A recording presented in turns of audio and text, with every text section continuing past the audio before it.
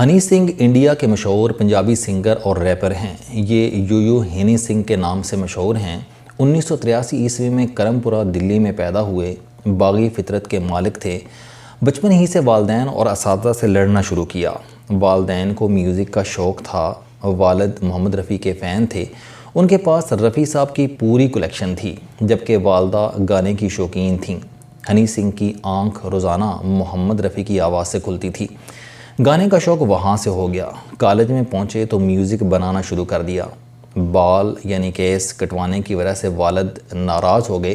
ہنی سنگھ کو گھر چھوڑنا پڑ گیا اور یہ چھوٹے سے کوارٹر میں رہنے لگے۔ یہ سارا دن کمپیوٹر پر میوزک بناتے رہتے تھے۔ فطرتاً جنونی ہیں، لہٰذا یہ دن رات میوزک میں لگے رہتے تھے۔ قدرت مہربان ہوئی اور یہ 2003 عیسوی میں 20 سال کی عمر میں مقبول ہونا شروع ہو گئے۔ 2010 عیسوی میں ان کا طوطی بولنے لگا اور یہ بھارت اور دنیا بھر میں پھیلی پنجابی آبادی میں مشہور ہوتے چلے گئے۔ یہاں تک کہ 2012 میں ہنی سنگھ نے 2 فلموں کاکٹیل اور مستان کو 2 گانے دیے اور یہ دونوں گانے بھارت کی فلمی تاریخ کے مہنگے ترین گانے تھے۔ ہنی سنگھ نے فی کس $84,000 وصول کیے۔ ان کے کنسرٹس بھی سارا سال ہوتے تھے اور یہ ان سے کروڑوں روپے کماتے تھے۔ یہ جب بھارت سے باہر جاتے تھے تو یہ جہاز کی بزنس کلاس کی ساری سیٹیں ان کے سٹاف کے لیے بک ہوتی تھیں۔ خود فرسٹ کلاس میں سفر کرتے تھے۔ شہرت اور دولت نے ان کا دماغی توازن بگاڑ دیا اور یہ خود کو بھگوان سمجھنے لگے۔ یہ خود کو بھگوان کہتے بھی تھے۔ سارا دن شراب اور چرس پیتے تھے اور انتہا درجے کے واہیات گانے بناتے تھے۔ لیکن یہ کیونکہ عوام میں مشہور تھے، لہٰذا لوگ ان کے برے اور واہیات گانے بھی پسند کر لیتے تھے۔ 2011 عیسوی میں شادی ہو گئی، لیکن بیوی اور خاندان کے ساتھ ان کے تعلقات اچھے نہیں تھے۔ بیوی کی 1-2 بار پٹائی بھی کر دی اور معاملہ پولیس اسٹیشن تک پہنچ گیا۔ شہرت، دولت اور طاقت ایک ایسی خوفناک مثلث یعنی ٹرائنگل ہوتی ہے جسے صرف نبی اور اولیاء ہی بچ سکتے ہیں۔ دنیا کے باقی 99% لوگ اس مثلث میں قدم رکھ کر اپنا توازن کھو بیٹھتے ہیں۔ انسان کو اس لیتھل ٹرائنگل یعنی زہریلی مثلث سے صرف 2 عادتیں بچا سکتی ہیں، عاجزی اور سادگی۔ یہ دونوں عادتیں شہرت، دولت اور طاقت کی تابکاری کے سامنے سب سے مضبوط شیلڈ ہوتی ہیں اور اللہ تعالیٰ انبیاء اور اولیاء کرام کو یہ شیلڈ پیدائش سے پہلے عنایت کر دیتا ہے، لہذا یہ تابکاری سے محفوظ رہتے ہیں، جبکہ باقی سب لوگ ہنی سنگھ ثابت ہوتے ہیں۔ لہذا ہنی سنگھ بھی بہک گیا اور یہ تکبر اور نشے کا شکار ہو گیا۔ یہ واڈکا کی 4 بوتلیں اور چرس کے 12 سگریٹ پی جاتا تھا اور ظاہر ہے اس کا کوئی نہ کوئی نتیجہ تو نکلنا تھا اور وہ نکلا۔ Honey Singh by polar syndrome کا شکار ہو گیا۔ اس نے سٹیج اور سیٹس پر بدتمیزی شروع کر دی اور یوں اس کا سٹارڈم اچانک ختم ہو گیا۔ یہ گھر میں بند ہو گیا اور اس کے بعد 7.5 سال تک گھر سے نہیں نکلا۔ ان میں 2.5 سال ایسے بھی تھے جن میں سے اس نے اپنے کمرے سے باہر قدم نہیں رکھا تھا۔ یہ اس دوران کسی سے نہیں ملا۔ اس کا تعلق صرف ماں تک محدود ہو گیا تھا اور اس تعلق میں بھی ہاں اور نہ صرف 2 لفظ رہ گئے تھے۔ بہرحال 7.5 سال کی اس جلاوطنی کے بعد ایک نئے ہنی سنگھ نے جنم لیا اور یہ ایک ایماندار، شاندار، عاجز اور توحید پرست انسان بن کر کمرے سے نکلا اور 26 اگست 2024 عیسوی کو 7.5 سال کے وقفے کے بعد اس کا نیا البم گلوری آیا۔ یہ اس میں ماضی کے ہنی سنگھ سے بالکل مختلف تھا۔ یہ اب صوفی سنت اور اللہ لوگ بن چکا ہے۔ شراب اور چرس مکمل بند کر دی ہے اور مذہب کا مطالعہ کر رہا ہے۔ اس نے اسلام کو بھی پڑھا اور اس کی تعلیمات سے بھی متاثر ہوا۔ مجھے چند دن قبل اس کا ایک طویل انٹرویو دیکھنے کا اتفاق ہوا۔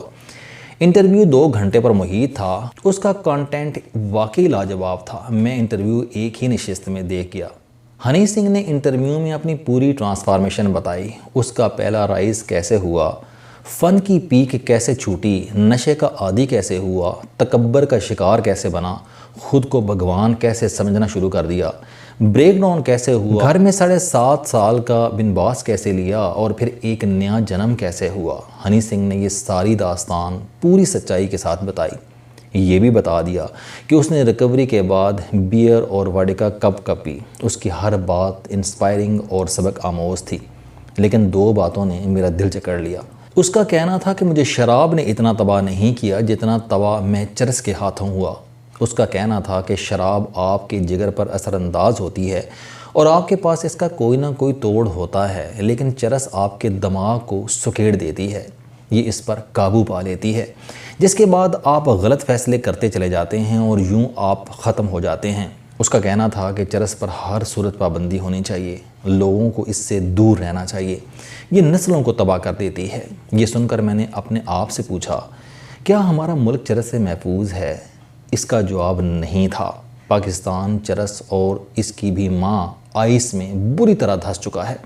ہم نے آج سے 35 سال قبل انڈین پنجاب کو ہیروئن کا نشانہ بنایا تھا۔ پاکستانی سمگلرز نے انڈین پنجاب کو ہیروئن کے ذریعے اڑتا پنجاب بنا دیا تھا اور ہماری ریاست تماشا دیکھتی رہی تھی۔ آج بھارت آئس کے ذریعے اس کا بدلہ لے رہا ہے۔ اس نے ہماری اپر کلاس اور مڈل کلاس میں آئس گھسا دی ہے اور ہم خاموشی سے یہ تماشا دیکھ رہے ہیں۔ چرس پہلے سے پاکستان میں موجود تھی، ہم اسے قلندری نشہ کہتے تھے، اب اس قلندری نشے میں آئس شامل ہو چکی ہے۔ چنانچہ پاکستان کی نوجوان نسل چرس اور آئس دونوں کا شکار ہے۔ اس سے آپ ملک کے مستقبل کا اندازہ کر لیجئے۔ کاش آرمی چیف اس پر بھی توجہ دیں اور جنرل فیصل نصیر کو ڈیٹا جمع کرنے کی ذمہ داری دے دیں، اور جب ڈیٹا جمع ہو جائے تو دہشت گردی کی طرح اس کے خلاف بھی جہاد کا اعلان کر دیں، ورنہ ہمیں کسی دشمن کی ضرورت نہیں رہے گی۔ ہم اگر معاشی طور پر تگڑے بھی ہو گئے تو بھی زمین بوس ہو جائیں گے۔ ہنی سنگھ کی دوسری بات دبئی سے متعلق تھی۔ اس کا کہنا تھا کہ مجھے ایک گینگ نے دھمکی دی، پولیس نے دھمکی کو جینون قرار دے دیا، جس کے بعد میں سخت سیکیورٹی حصار میں رہنے لگا اور میرا دم گھٹنے لگا، چنانچہ میں دبئی شفٹ ہو گیا۔ اینکر نے پوچھا کہ آپ نے دبئی کا انتخاب کیوں کیا؟ اس کا فوری جواب تھا کہ دبئی دنیا کا محفوظ ترین شہر ہے۔ میں Los Angeles, New York, London اور آسٹریلیا میں اتنا محفوظ نہیں ہوں جتنا میں خود کو دبئی میں محفوظ محسوس کرتا ہوں۔ ہنی سنگھ کے اس اعتراف نے بھی میرا دماغ پکڑ لیا۔ آپ ذرا تصور کیجئے کہ انڈیا کا وہ ٹاپ پنجابی سنگر جس نے لتا منگیشکر، محمد رفیع اور کشور کمار سے 10 گنا زیادہ معاوضہ لیا، جس کے کروڑوں فینس ہیں، اور جو اگر دنیا کے کسی بھی ملک میں رہنا چاہے تو وہ ملک اسے فوراً شہریت دے دے، لیکن وہ پوری دنیا اور اپنے ملک پر دبئی کو فوقیت دے رہا ہے۔ کیا یہ حیران کن بات نہیں؟ آپ دبئی کا موسم دیکھ لیں، اس کے صرف 2 موسم ہیں، گرمی اور شدید گرمی۔ اس کا رقبہ محض 4114 مربع کلومیٹر ہے۔ اس میں پہاڑ، دریا اور ندیاں بھی نہیں ہیں، اور اس میں چنار کے درخت اور انگور کے باغ بھی نہیں ہیں۔ دبئی میں دوسرے عرب ملکوں کے مقابلے میں تیل بھی نہ ہونے کے برابر ہے، لیکن یہ اس کے باوجود پوری دنیا کے سرمایہ کاروں، فنکاروں، بزنس مینوں اور سیاحوں کا مرکز ہے۔ لہٰذا داؤد ابراہیم ہو، ہالی ووڈ کے سٹار ایکٹرز ہوں، بل گیٹ اور وارن بفیٹ ہوں، یا پاکستان، بھارت، برطانیہ، روس، یوکرائن، سنٹرل ایشیا اور ایران کے بزنس مین ہوں، یا پھر ہنی سنگھ جیسے فنکار ہوں، یہ سیدھے دبئی جاتے ہیں۔ یہ دنیا بھر سے پیسے کماتے ہیں اور اسے خرچ دبئی میں کرتے ہیں۔ کیوں؟ آپ نے کبھی سوچا؟ اس کی 3 وجوہات ہیں: امن، استحکام اور بزنس فرینڈلی انوائرمنٹ، اور یہ تینوں وجوہات کسی بھی ملک کی ترقی کے لیے ستون کی حیثیت رکھتی ہیں۔ آج ہم نے اگر IMF سے ڈیل کرنی ہو، یا پاکستانی بزنس مینوں نے سودا کرنا ہو، یا 2 مافیاز نے آپس میں ملنا ہو، تو یہ سیدھے دبئی جاتے ہیں۔ کیوں؟ اور اس میں پاکستان کے لیے ایک زبردست سبق چھپا ہوا ہے، اور وہ سبق یہ ہے، آپ بے شک SIFC یعنی اسپیشل انویسٹمنٹ فیسیلیٹیشن کونسل جیسے درجنوں ادارے بنا لیں، لیکن آپ کے پاس سرمایہ کاری نہیں آئے گی۔ کیوں؟ کیونکہ پاکستان میں دبئی جیسا ایک بھی ایسا شہر نہیں ہے جس میں امن، استحکام اور بزنس فرینڈلی ماحول ہو، جس میں لوگ خود کو محفوظ سمجھتے ہوں۔ لہٰذا ہم اگر ملک میں سرمایہ کاری چاہتے ہیں تو پھر ہمیں کسی ایک شہر کو دبئی جیسا پرامن، محفوظ، مستحکم اور بزنس فرینڈلی شہر بنانا ہوگا، جس کے بعد دنیا بھر کے لوگ یہاں آ جائیں گے، اور ہمیں انہیں لانے کے لیے کسی قسم کی جدوجہد نہیں کرنا پڑے گی۔ دوسری صورت میں آپ خواہ 100 SIFC بنا لیں، یہاں کوئی نہیں آئے گا۔ چنانچہ میرا مشورہ ہے کہ آپ کوئی نیا شہر ڈیولپ نہ کریں، آپ صرف اسلام آباد کو دبئی بنا دیں، اس کے سارے قوانین اور ساری روایات دبئی جیسی کر دیں۔ آپ کو کسی SIFC کی ضرورت نہیں رہے گی، ورنہ چند ماہ بعد SIFC کی میٹنگز بھی دبئی میں ہوں گی، اور وزیر اعظم بھی پام جمیرہ سے ملک چلایا کریں گے۔ السلام علیکم، آپ اسٹوڈنٹ ہیں، کوئی جاب کرتے ہیں، کاروبار کرتے ہیں، یا پھر آپ گھریلو زندگی گزار رہے ہیں، اگر آپ اپنی زندگی کو بدلنا چاہتے ہیں تو اس چینل علم دوستی پر آپ زندگی میں کامیابی کے لیے جاوید چوہدری صاحب کے موٹیویشنل، سوشل، سیلف ڈسکوری سے ریلیٹڈ اور صحت سے متعلق بے شمار کالم سن سکتے ہیں۔ میرا دعویٰ ہے کہ یہ چینل آپ کی زندگی بدل دے گا۔ اس چینل کا مقصد اچھی باتیں معاشرے میں پھیلانا ہے اور اچھی بات کو دوسروں تک پہنچانا صدقہ جاریہ ہے۔